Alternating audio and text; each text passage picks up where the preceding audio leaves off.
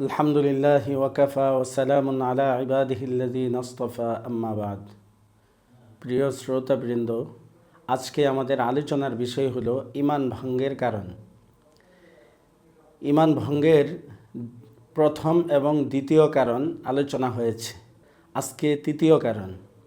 ঈমান ভঙ্গের তৃতীয় কারণ হলো কোনো পীর বা বুজুর্গ বা কোনো মাঝার বা মাঝারে যিনি আছেন তাকে বিশেষ ক্ষমতার অধিকারী মনে করে তার কাছে কোনো কিছু চাওয়া, যেমন সন্তান চাওয়া, রিজিক চাওয়া, কল্যাণ চাওয়া ইত্যাদি।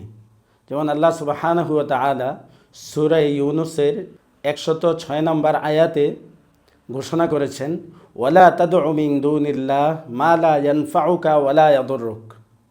আল্লাহ সুবহানাহু ওয়া তাআলা বলেন যে আপনি আল্লাহকে বাদ দিয়ে এমন কোনো জিনিসের কাছে চাবেন না যে কোনো কল্যাণ অকল্যাণ কিছুই করতে পারে না। ফাইন ফাআলতা ফাইন্নাকা ইযাম মিনাজ জালিমিন।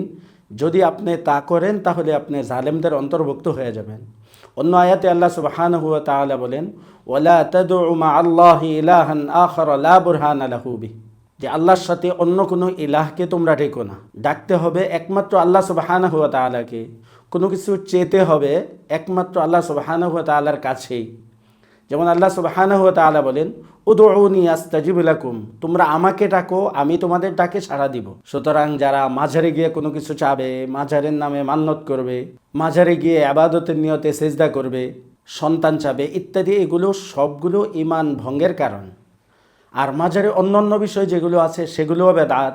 সেখানে চাদর দেওয়া, মোমবাতি জ্বালানো, ঘর করা, পাকা করা, ছাদ করা, ওরস করা ইত্যাদি। তো এই সমস্ত কিছু থেকে বাঁচতে হবে। চতুর্থ নম্বর কারণ হলো যে কারণে ঈমান ভেঙে যায়, যে ইসলামের অকাট্যভাবে প্রমাণিত কোনো বিষয়ের ব্যাপারে সন্দিহান হওয়া, সন্দেহ করা, সংশয় করা। আল্লাহ সুবহানাহু ওয়া তাআলা সূরা হুজুরাতের 15 নম্বর আয়াতে বলেন, ইন্নামাল মুমিনুনা আল্লাযীনা আমানু বিল্লাহি ওয়া রাসূলিহি, নিশ্চয়ই প্রকৃত মোমেন হলো ওই ব্যক্তি যে আল্লাহর প্রতি এবং আখিরাতের প্রতি বিশ্বাস করে, রসুলের প্রতি বিশ্বাস করে। সূরা হুজুরাতের 15 নম্বর আয়াতে আল্লাহ সুবহানাহু ওয়া তাআলা বলেন, ইন্নামাল মুমিনুনা আল্লাযীনা আমানু বিল্লাহি ওয়া রাসূলিহি, নিশ্চয়ই প্রকৃত মোমেন হলো ওই ব্যক্তি যে আল্লাহর প্রতি ঈমান আনে এবং রসুলের প্রতি ঈমান আনে। সুম্মা লাম ইয়ারতাবু, এবং সে ঈমানের ব্যাপারে, ইসলামের ব্যাপারে সন্দেহ না করে। ওয়াজাহাদু বিআমওয়ালিহিম ওয়া আনফুসিহিম ফি সাবিলিল্লাহ, এবং আল্লাহর রাস্তায় জান মাল দিয়ে জিহাদ করে। উলাইকা হুমুস সাদিকুন, এরাই হলো সাদিকিন, সত্যবাদী। সুতরাং ইসলামের অকাট্যভাবে প্রমাণিত কোনো বিষয়ের ব্যাপারে কারো যদি সন্দেহ থাকে, দ্বিধা থাকে, তাহলে সে মুসলমান হতে পারবে না। আর কোনো মুসলমান যদি সন্দেহ করে তো সেই ঈমান থেকে, ইসলাম থেকে বের হয়ে যাবে। যেমন জেহাদের বিষয়, আরও কিছু বিষয় আছে যেগুলো কাফেররা অপছন্দ করে, যার কারণে কোনো মুসলমান এটার ব্যাপারে কথা বলে, সন্দেহ করে, কাফেররা সন্দেহ সৃষ্টি করে দেয়, আর মুসলমান তারা এটাতে সন্দেহ করে যে আসলে কি এটা ইসলামে আছে কিনা, বা এটা সঠিক কিনা, বা এই জামানায় এটা চলবে কিনা।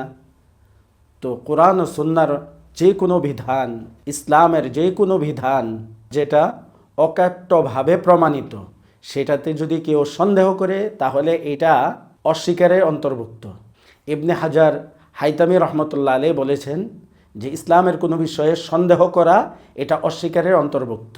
তো এই জন্য ঈমান ও ইসলামের কোনো বিষয়ে আমরা সন্দিহান হতে পারবো না। আল্লাহ তাআলা আমাদেরকে বোঝার, আমল করার তৌফিক দান করুন।